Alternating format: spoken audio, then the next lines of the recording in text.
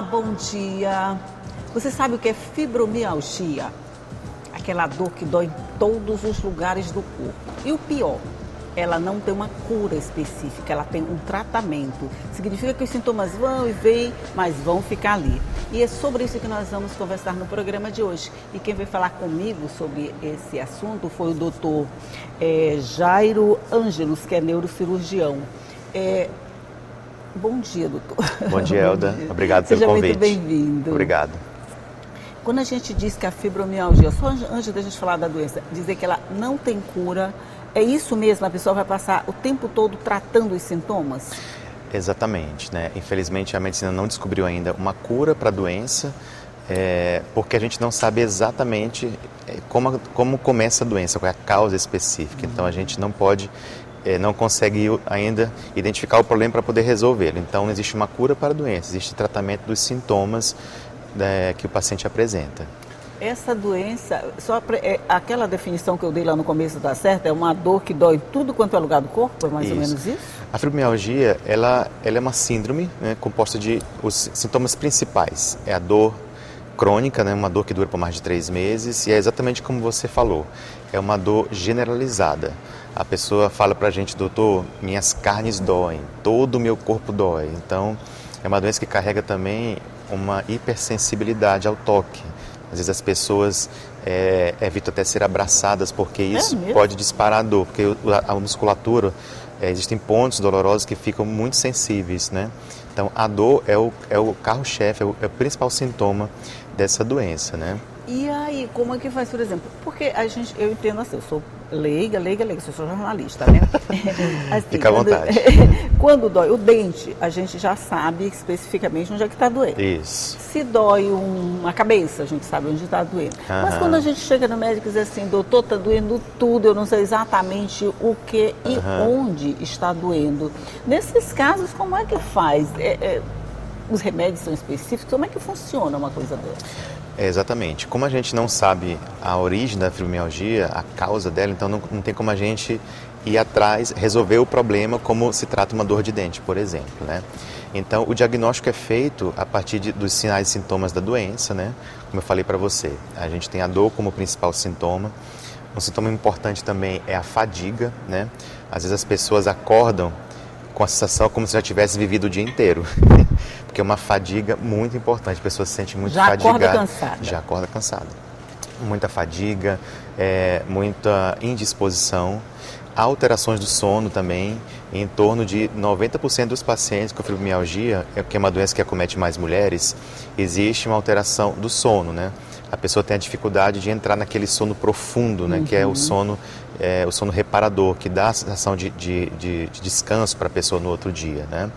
Então, como a gente não consegue identificar a causa, a gente entende os sintomas da doença, que são sintomas comuns a todos os pacientes, né? E aí a gente vai abordando cada sintoma, vai tratando da melhor maneira disponível, baseada em evidências científicas hoje, né? E esta doença, ela tem preferência por mulheres, é isso? Preferência por mulheres, né? Que coisa, né? Alguém pensava que poderia ter uma influência hormonal, mas você consegue observar pacientes, mulheres com fibromialgia, mesmo na menopausa, quando já não tem nada quando a ver, já não né? tem uma influência hormonal tão grande, né? E também é uma doença que acomete homens. Em homens o diagnóstico é um pouco mais difícil, né? Porque não é tão comum, mas também é uma doença que afeta os homens. Afeta os homens, mas quando os homens são afetados, por exemplo, eles têm sintomas tão parecidos e intensos quanto o da mulher, ou tem diferença entre os dois? Eles acabam privilegiados também? Assim, os sintomas são, para o diagnóstico, os sintomas são os mesmos, né? A dor, alteração do sono, a fadiga, sintomas depressivos também.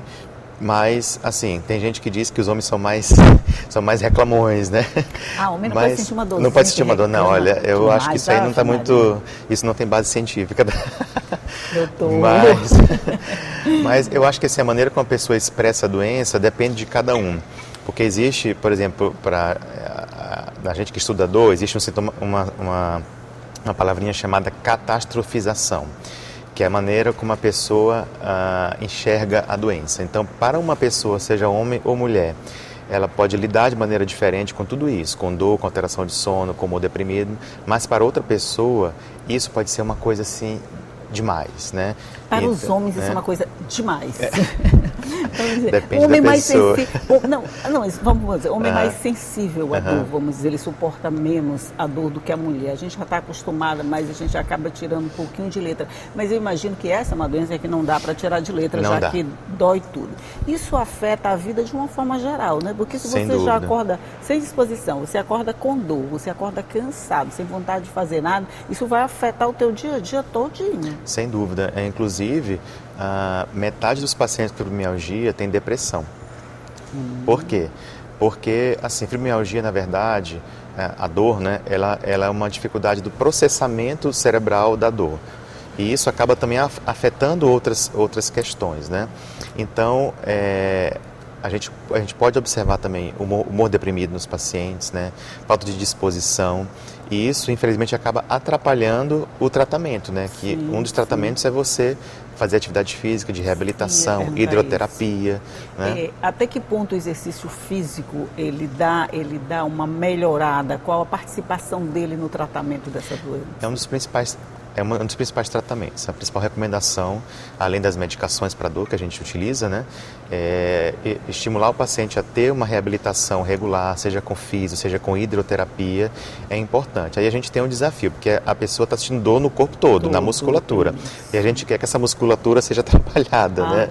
Então requer um esforço a mais do paciente, encarar que ele precisa fazer isso para poder realmente entrar no modo, digamos assim, de controle da doença, controle dos sintomas, né? Aí já precisa de um outro tipo de ajuda, de terapia, de tudo isso para enfrentar essa dor, Sem dúvida. né? É uma doença que não é de um profissional só, né? O profissional, ou o médico de dor, reumatologista, neurologista, faz o diagnóstico das orientações, mas o paciente precisa ter um fisioterapeuta, né? Precisa estar inserido num programa de reabilitação, né? Muitas vezes com suporte psicológico também. Isso, já terapia. que o senhor falou em depressão, acho que precisa de um suporte psicológico, terapia comportamental, terapia de grupo também é uma coisa que ajuda bastante, e a gente não pode deixar de abordar essa questão psicológica do paciente com fibro, né? Se a gente tratar só a dor, tratar só a reabilitação e deixar o componente emocional a ver navios, o paciente não vai melhorar como um todo.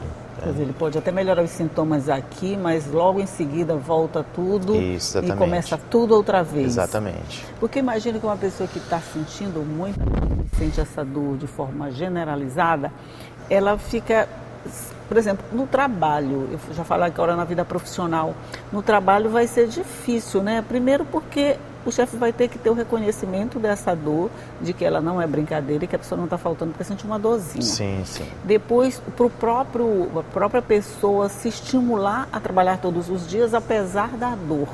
A vida profissional pode ficar comprometida? Sem dúvida, porque imagina uma pessoa que começa o trabalho de manhã, que não dormiu bem, já acorda cansada e já acorda com dor. Imagina como é desafiante para essa pessoa começar o seu dia de trabalho, se relacionar com os outros colegas que dormiram bem, que estão sem dor, se relacionar com isso. Então, realmente, até antigamente as pessoas, a medicina em si não classificava a fibromialgia como uma doença, achava que eram transtornos psicossomáticos, ou seja, a pessoa está somatizando uma dor, a pessoa está exagerando algum problema psicológico, mas não. Hoje é uma doença, sim, à parte, bem estudada, com critérios diagnósticos bem estabelecidos, né? E então, assim, conversas como essa são importantes para conscientizar as pessoas, conscientizar a família da pessoa, né? O ambiente de trabalho, vezes até a né? família mesmo pode não entender, né? Não Sem dúvida, né? Porque imagina alguém falando para você que está com dor todos os dias, 24 horas, né? Então a pessoa realmente tem que ter um trabalho, um suporte de conscientização, não, a doença é assim, ela se comporta assim, o que eu posso fazer para ajudar, para diminuir a dor dessa pessoa que está aqui ao meu lado. Né? Eu fiquei me imaginando aqui com fibromialgia, tendo que chegar aqui todos os dias para me maquiar, me pentear, sentar aqui, encarar luzes, conversar. Ia ser uma dificuldade, né? Sim, sem acho dúvida. que não tinha nem como fazer. Você precisa de um suporte psicológico muito grande. Sem dúvida. Mas assim, uma coisa é o paciente fora do tratamento. Quando o paciente adere ao tratamento, com medicações, com reabilitação, com terapia, o paciente entra num controle, né? Realmente controla os sintomas e consegue consegue levar a vida, consegue trabalhar, consegue dirigir, tirar férias, viajar, então. Vamos falar desse tratamento no próximo bloco, vamos fazer um intervalinho aqui rapidinho, vamos tomar café e vamos voltar para conversar sobre fibromialgia. É um minutinho só e a gente volta já já.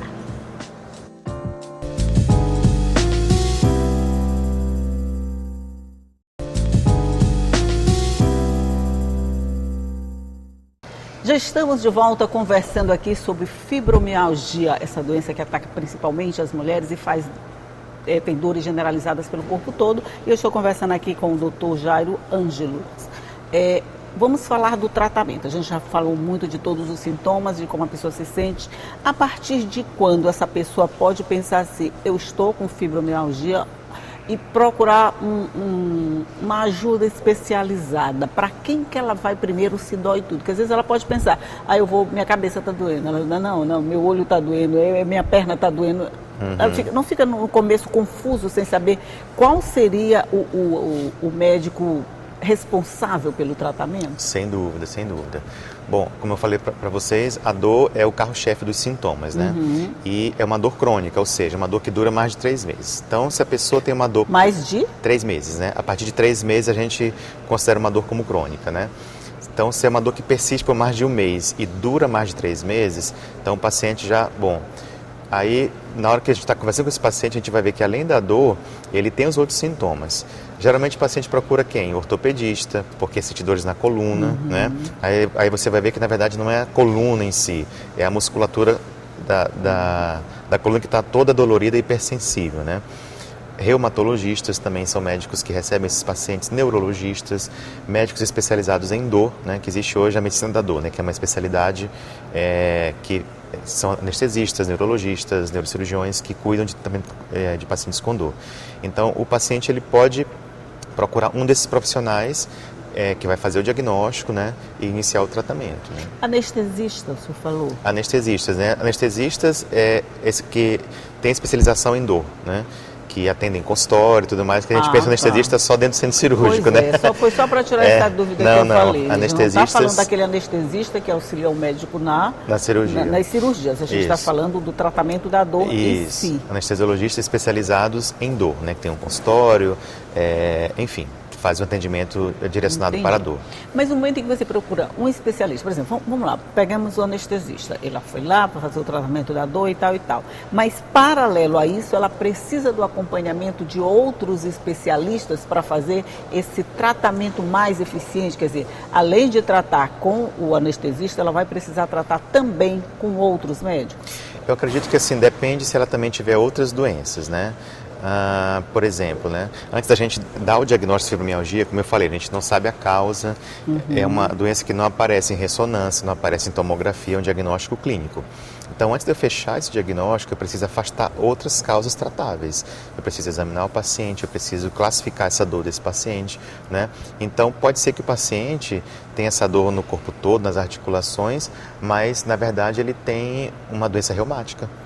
Então, aí o reumatologista vai examinar, vai pedir os exames de sangue, exames complementares, afastou tudo, é fibromialgia, né?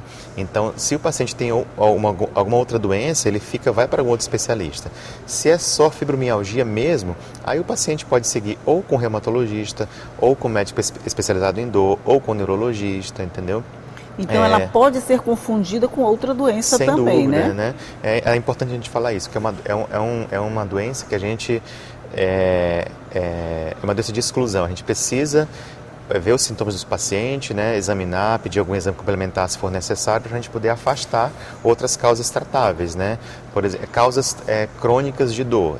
Artrites, artroses, né?